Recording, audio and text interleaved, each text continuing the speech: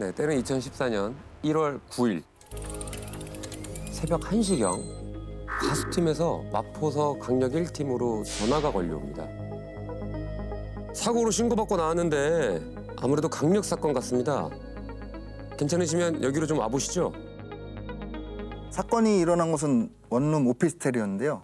저희가 도착했을 때는 현관문 바깥으로 상반신이 보이는 상태로 한 남성이 누워 있었는데 피를 많이 흘리고 있었습니다. 어머. 이미 사망한 상황이었고요. 집안에서 어떤 여성분이 울고 있었는데 사망한 남성의 여자친구라고 했습니다. 저희가 과수팀 요청으로 현장에 간 거라서 신고 내용까지는 확인을 못했는데요. 현장에서 듣기로는 울고 있던 여성분이 남자친구가 자해를 시도했다 이렇게 신고를 한 걸로 알고 있습니다. 스스로. 이별을 앞두고 두 사람의 감정이 좀 격해진 모양입니다. 전화로 다투다가 헤어지자고 얘기를 했더니 남자친구가 술에 잔뜩 취해서 못 헤어지겠다면서 집 앞에 찾아왔고 자꾸만 집으로 들어오려고 해서 현관문을 사이에 두고 한참을 실랑이를 벌였다고 합니다. 신랑이를. 여성은 이제 남자친구를 더 이상 막아내지 못하고 마음대로 하라고 하고 들어와 누워버렸다고 합니다. 그러다 현관문 쪽에서 으크하는 소리가 들렸다고 하는데요. 관심을 끌려는 줄 알고 무시하고 한참을 있었는데 너무 조용해서 이상하다는 생각에 뒤돌아보니 남자친구가 피를 흘리며 쓰러져 있었다고 했습니다. 근데 자해를 한 정도가 아니었기 때문에 과수팀에서 불렀던 거잖아요. 그러니까요. 뭔가 이거는 단순하지 않다라고 판단한 뭔가 포인트가 있었겠죠? 네, 저희 팀에서도 이 사건을 같이 훑어봤습니다. 과수팀에서 사망자 몸에 칼에 찔린 자상이 확인했는데 시신 주변에 칼이 보이지 않더라고요. 그래서 집안을 수색했는데 피 묻은 칼이 부엌에서 발견된 겁니다.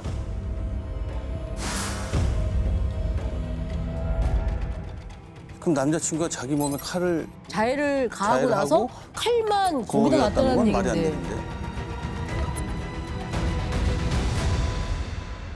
혹시 그런 건가요? 왜 원룸인데 들어가자마자 부엌이 있는 형태의 원룸형이 있잖아요. 바로 냉장고랑 부엌이 있는. 그러니까 뭐 현관이라고 할 것도 없고 부엌이라고 구별할 것도 없는 그런 장소? 과수팀에서도 아무리 원룸이라도 자해한 사람이 직접 몸에서 이렇게 칼을 뽑아 옮겨뒀을 리는 없다고 생각을 한 겁니다.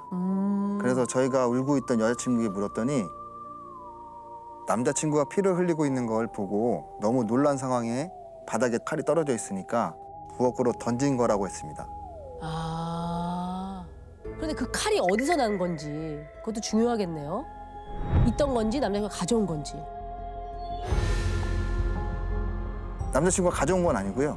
여자친구 집에 있던 칼이었습니다. 현관문 바로 옆에 부엌에 있던 칼이고요.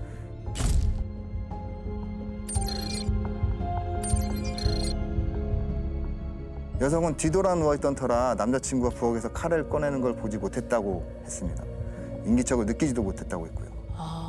상황 자체도 굉장히 어색한 부분이 많습니다. 집안에 억지로 들어서려고 했던 사람이 집에 발을 들인 직후에 그 좁은 공간에서 쓰러지는 소리도 들리지 않게 자신이 스스로 목숨을 끊었다는 게 이게 정말 이해하기가 좀 어려운 이런 상황이죠. 헤어지고 싶지 않다라는 목표를 가지고 왔잖아요. 그러면 여자친구의 마음을 돌리기 위해서 대화를 하든 액션을 하든 뭔가 있어야 되는데 마지막까지 자신의 의도를 관철하려고 하는 노력이 없이 조용하게 아무 일도 없었던 것처럼 스스로 거기서 자해를 하고 죽었다 이런 상황이잖아요. 그거 좀 이상한데요? 맞습니다. 상황이 어딘가 좀 어긋나 있죠. 게다가 시신의 자상을 확인한 과수팀이 수상한 걸 발견하게 됩니다. 사망한 남성의 시신에서 왼쪽 가슴, 그러니까 심장이 있는 부위에 딱 한 군데만 있었다는 겁니다. 스스로 목숨을 끊는 경우에는 주저주저한 상처들이 있어요. 그러니까 쿡쿡 찔른 형태로 나타나기도 하고 아니면 깊지 않은 상처들이 서너 개 있어서 마지막에 이제 그걸로 사망하는 이런 경우들이 나타나는 주저흔이라고 하는데 지금 칼자국이 하나밖에 없는데 사망에 이르렀다는 것을 망설임 없이 그냥 한 번에 아주 깊이 찔렀다 이런 얘기가 되잖아요. 자신의 의지에 따라서 그럴 수도 있다라는 경우가 존재할 수는 있으니까 양보를 한다고 하더라도 칼이 깊숙이 들어가면 근육 때문에 잘 빠지지가 않아요. 일단 자신의 의지로. 스스로가. 예. 이게 빠져 있었다라고 하는 것 이게 가장 의심스러운 부분이고 자살의 위치가 보면 저렇게 극단적인 위치는 사실 많지는 않아요. 안 아프게 자기도 죽고자 하는 본능적인 욕구가 있기 때문에 네. 심장을 한 번에 찔렀다 이런 경우는 사실 저는 보지는 못했습니다. 타살일 가능성도 있다는 얘기네요. 그렇죠. 근데 타살이라면 지금 그 원룸에 여자친구밖에 없잖아요. 그렇죠. 근데 신고까지 하고 현장에 남아 있는데 여자친구가 그랬을까요? 그러니까 설마. 예. 저희도 여자친구를 바로 의심할 수는 없었습니다. 만약 여자친구가 칼로 찔렀다면 손에 이제 칼이 미끄러지면 남은 상처라도 있어야 되는데 그런 것도 없었고 게다가 남자친구가 180 정도의 건장한 체격인 반면에 여자친구는 160cm 정도 초반의 왜소한 체격이었습니다. 아무리 술에 취한 상태였지만 여자 혼자 가능할까? 이런 의문도 있었습니다. 근데 만약 타살인데 여자친구가 그런 게 아니라면 제3의 인물이 있었다는 얘기인데 혹시 CCTV 같은 데 뭔가 나온 게 없나요? 해당 오피스텔에는 1층 출입구하고 엘리베이터에만 CCTV가 설치되어 있었는데 원룸에 있었던 건 2사람뿐이었습니다. 어머. 어머.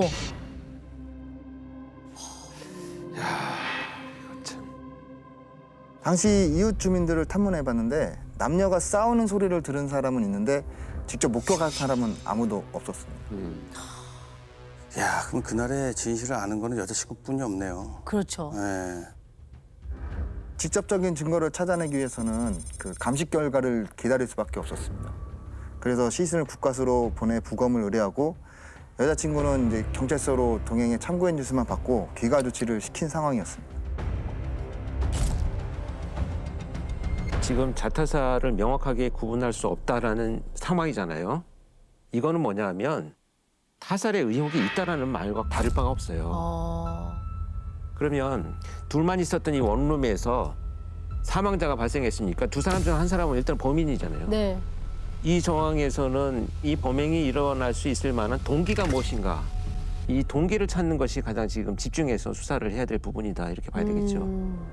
일단은 헤어지자고 했기 때문에 뭔가 다툼이 있었다. 왜 헤어지자고 했을까요? 지금부터 이 사망한 남성을 최 씨라고 부르도록 하겠습니다. 최 씨와 여자친구는요, 교제하는 동안 오래된 갈등이 있었다고 합니다. 최근 들어 이 문제로 다툼이 잦아졌다고 하고요. 2사람이 만난 건 2년 전이었는데요. 사망한 최 씨는 가정에 있는 유부남이었습니다.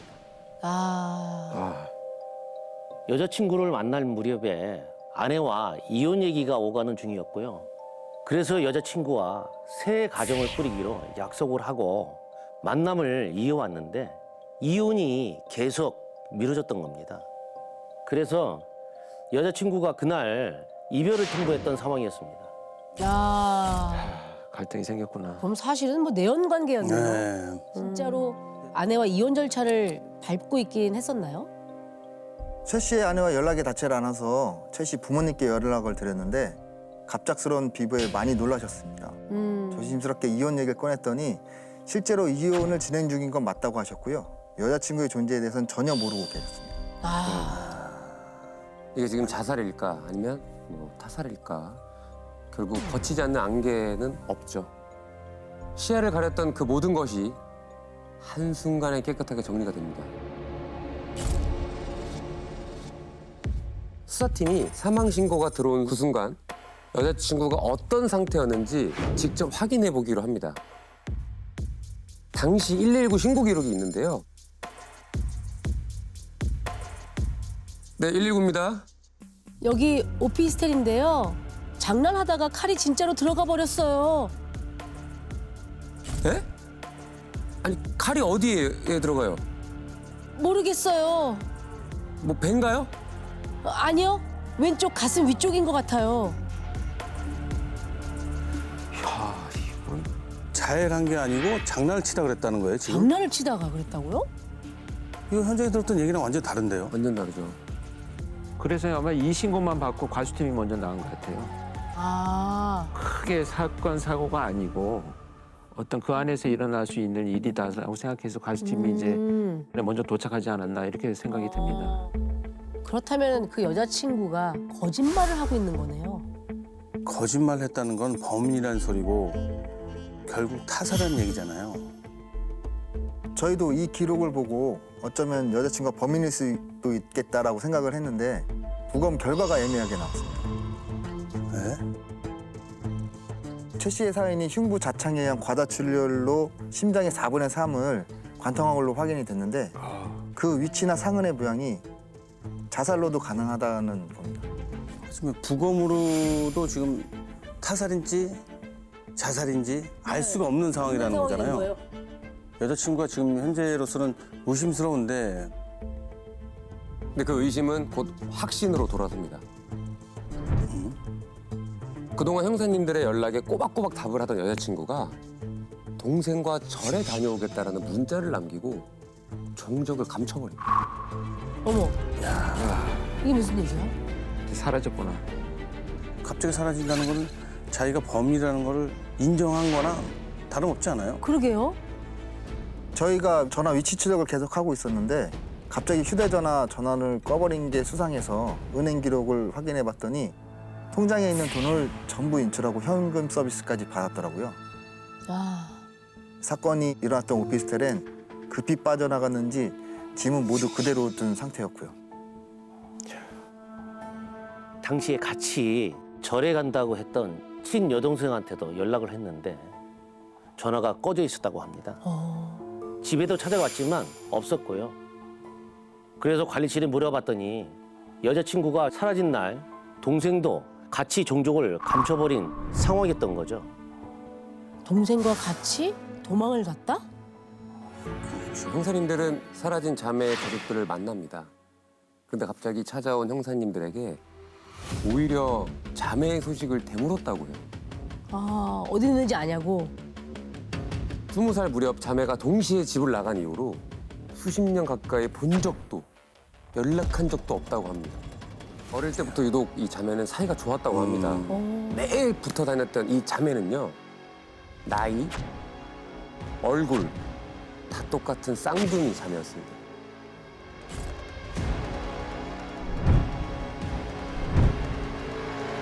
자, 지금부터 사망한 최 씨의 여자친구인 쌍둥이, 그중에 언니를 영숙, 그리고 동생을 정숙이라고 부르도록 하겠습니다.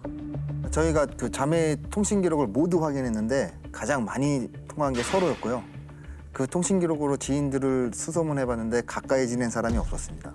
아, 물론 그 후로 자매와 연락을 주고받은 사람도 없었고요.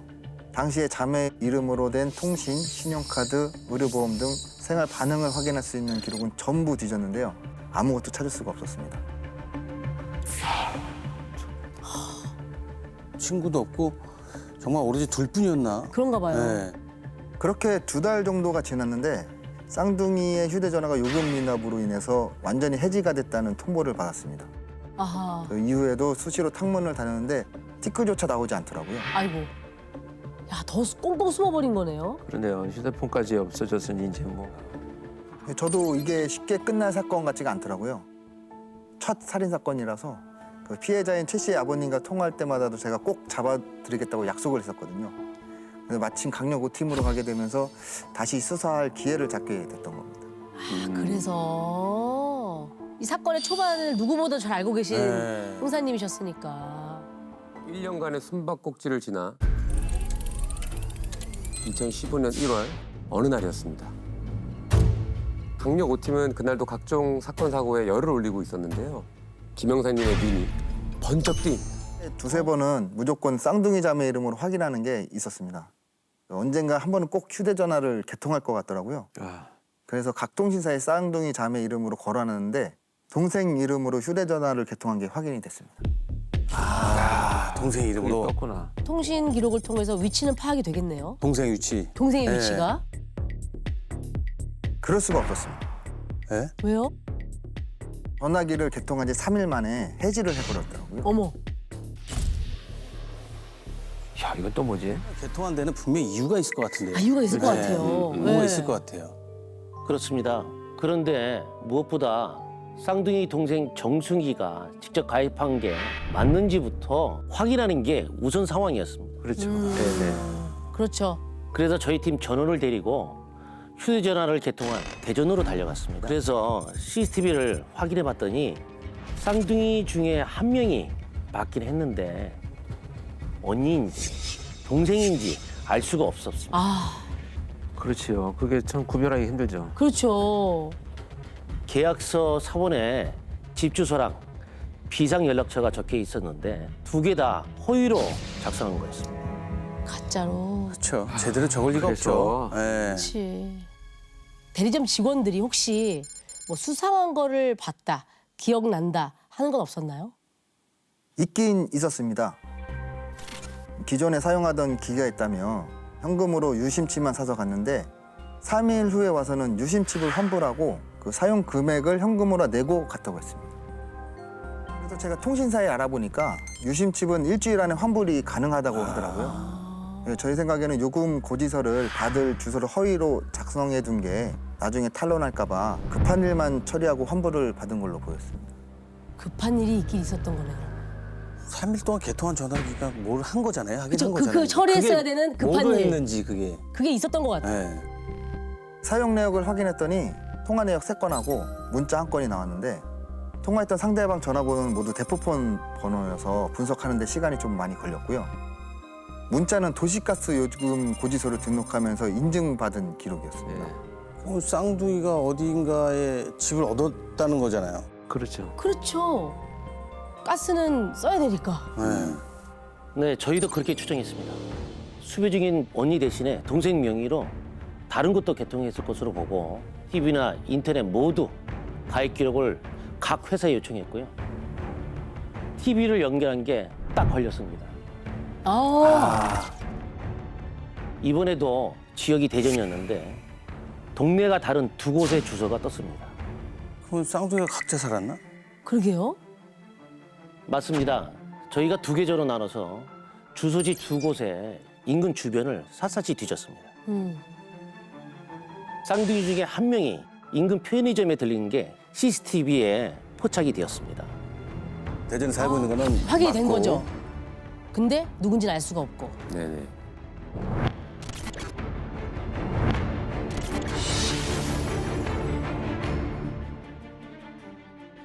일단 둘이 같이 도주한 건 맞잖아요. 그렇죠. 동시에 덮쳐도 될 것 같은데. 당시엔 그 피의자로 수배 중인 언니 앞으로만 체포영장을 받을 수가 있었습니다. 그래서 자칫하다가 저희가 쫓고 있다는 걸 알면 또다시 도주를 할 것 같아서 좀 더 신중하게 접근할 필요가 있었습니다. 그렇지. 동생한테 이게 영상이 안 쌍둥이니까 나오잖아. 이게 헷갈리네요. 그리고 이제 아주 결정적인 게 잡힙니다. 동생 이름으로 그 3일 동안 개통했었던 그 전화로 네. 상대 대포폰의 통화 기록까지 모두 분석을 이제 아, 세 건, 세 마쳤습니다. 건. 그 중에 예상치 못한 어떤 번호가 확인이 된 겁니다. 그 대전 지역 번호로 시작되는 통화 내역이 많았는데 그 중에 성형외과 전화번호가 있었습니다. 아, 야, 이러면 쌓여지는데. 그러면 페이스 없고. 쌍둥이 사진을 들고 그 병원에 갔습니다. 그런데 네. 쌍둥이들을 보자마자 병원에서 바로 알아보는 겁니다. 네. 둘 중에 한 명이 한 사람 명의로 진료를 받게 해달라고 해서 골치가 아팠다고 합니다. 어차피 우리 쌍둥이니까 한 사람으로 하게 해주세요라고 했다는 거잖아요. 그렇죠. 동생의 명의로. 네. 아유 참. 언니는 동생 힘으로 완전히 숨어 살려고 했었나 보네요. 그러니까. 네. 그래서 동생을 데리고 도망간 것 같은 느낌이 확 듭니다. 혼자서 오랫동안 도망가긴 힘드니까. 그렇지. 쌍둥이 동생을 이용하려고 했던 것 같아요. 그렇지. 그것도 둘이 끈끈했으니까. 끈끈했으니까. 그러면 추측하는 대로 둘이 성형외과에 간 이유는 바로 그건가요? 같이 성형시술을 받았다고 합니다. 이마, 코, 턱 부분에 필러와 보톡스를 맞았는데 같은 부위의 크기나 모양을 똑같이 맞춰달라고 했다더라고요. 아, 똑같이요? 어차피 쌍둥이인데? 이게 살다 보면 조금씩 달라지잖아요. 미세한 어떤 차이들. 저 얘기를 들으니까 누가 누군지 이제는 진짜 확인이 안 되겠구나 싶더라고요. 그래서 걱정이 확 됐었습니다. 참 곤란해지네 이거. 야, 어떻게 이런 생각을 하죠? 이제 그렇다면 구분이 안 갈 정도로 얼굴이 똑같아져 버렸는데 어떻게 하셨나요? 동생 앞으로 도시가스 유선 방송을 개통한 주소지가 분위기가 완전 달랐습니다. 한 곳은 번화가에 위치한 오피스텔이었고 한 곳은 주택가에 위치한 한적한 빌라였습니다. 한적한 빌라와 오피스텔. 완전히 느낌이 다른 곳이네요. 그러면 이제 따로 살고 있다고 한다면 네. 언니가 숨을 만한 곳을 더 집중적으로 유출을 해내야 되겠네요. 그러니까 수배 중인 언니는 약간 한적한 주택가 숨어 있지 않을까요? 그랬을 것 같은데요. 오피스텔은 아니었을 것 같아요. 근데 저는 번화가에 그 언니가 살고 있을 것 같더라고요. 왜냐면 제가 1년 동안 이제 자매를 쫓아다니면서 주변에서 들은 얘기가 있는데 언니는 성격이 좀 활발하고 사람들을 휘어잡는 걸 좋아하는 반면에 동생은 조용한 성격이었다고 했습니다. 그래서 번화가에 위치한 오피스텔에 언니가 살 것으로 추측이 됐고 그 오피스텔 건물을 확인해 봤더니 각 층마다 스크린도어가 설치되어 있는 게 보안이 아주 철저했습니다. 형사님들은 오피스텔 출입구를 모두 막고요. 잠복에 들어갑니다. 그리고 잠복 6시간 만에 주시하고 있던 호수의 현관문이 열리고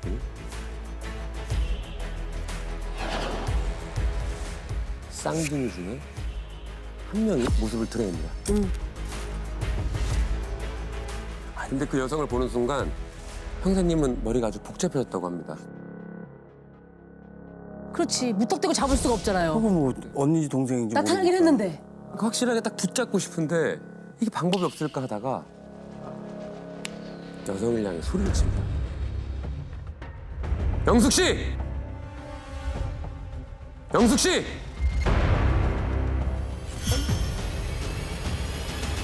맞습니다. 바로 그 자리에 주저앉았습니다. 아 진짜요? 언니가 맞았던 맞네. 거네요. 언니가 맞아. 네. 지문은 쌍둥이라도 다 달라요. 형사들이 이제 확인을 해보면 본인 여부는 충분히 확인이 되기 때문에 부인할 수는 없는 거죠. 바로 밝혀지는 거잖아요. 그리고 이제 뭐라고 하던가요? 제가 미란다 원칙 고지하면서 살인죄로 체포한다고 했더니 내가 왜 살인죄냐 하면서 펄쩍 뛰었는데요. 결국엔 자백을 했습니다. 야, 이렇게 1년 3개월 만에 숨바꼭질은 끝이 납니다. 같이 한번 보시죠.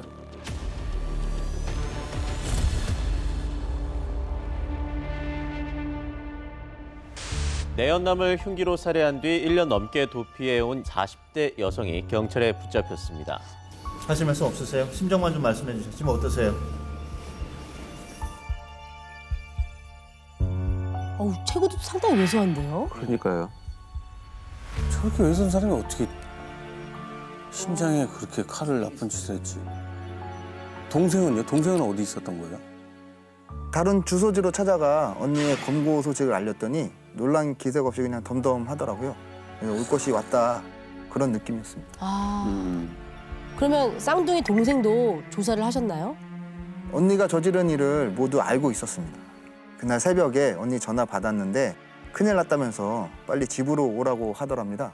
그래서 급히 갔더니 언니가 기억은 안 나는데 내가 사람을 찌른 것 같다 라고 했답니다. 그래서 시간을 물어보니까 저희가 현장을 수습하고 난 이후의 상황이더라고요. 아, 아니 근데 현장에서 119에 신고를 했잖아요. 근데 기억이 안 난다고 했다고요? 지금 말이 안 되는데 그거 좀 이상하잖아. 아, 그 동생한테는 차마 얘기를 못했을 수도 얘기를 있죠. 못하고 거짓말을 또 얘기를 했는 모양이네요. 동생 왜 같이 도망을 간 거죠? 경찰이 자신을 찾아올까 봐 무서웠다고 했습니다. 그래서 다음 날부터 언니랑 같이 다니면서 보험을 해약하고 현금 서비스까지 받아서 발길 닿는 대로 몇 개월을 도망 다녔다고 했습니다. 아니 죄를 지었으면 죄값을 받아야지 왜 도망을 가냐고. 그러니까요. 그렇죠. 사람 살해한 게 무섭지 형사가 찾아오는 게 무서운 게 말이 안 되는 거죠. 맞아요. 언니를 설득해서 경찰에서 같이 왔었어야죠. 그 같이 도망 다니는 게 말이 되냐고. 아니 이게 도주하는 동안 돈이 되게 많이 필요했을 텐데 그쵸. 어떻게 해결했대요?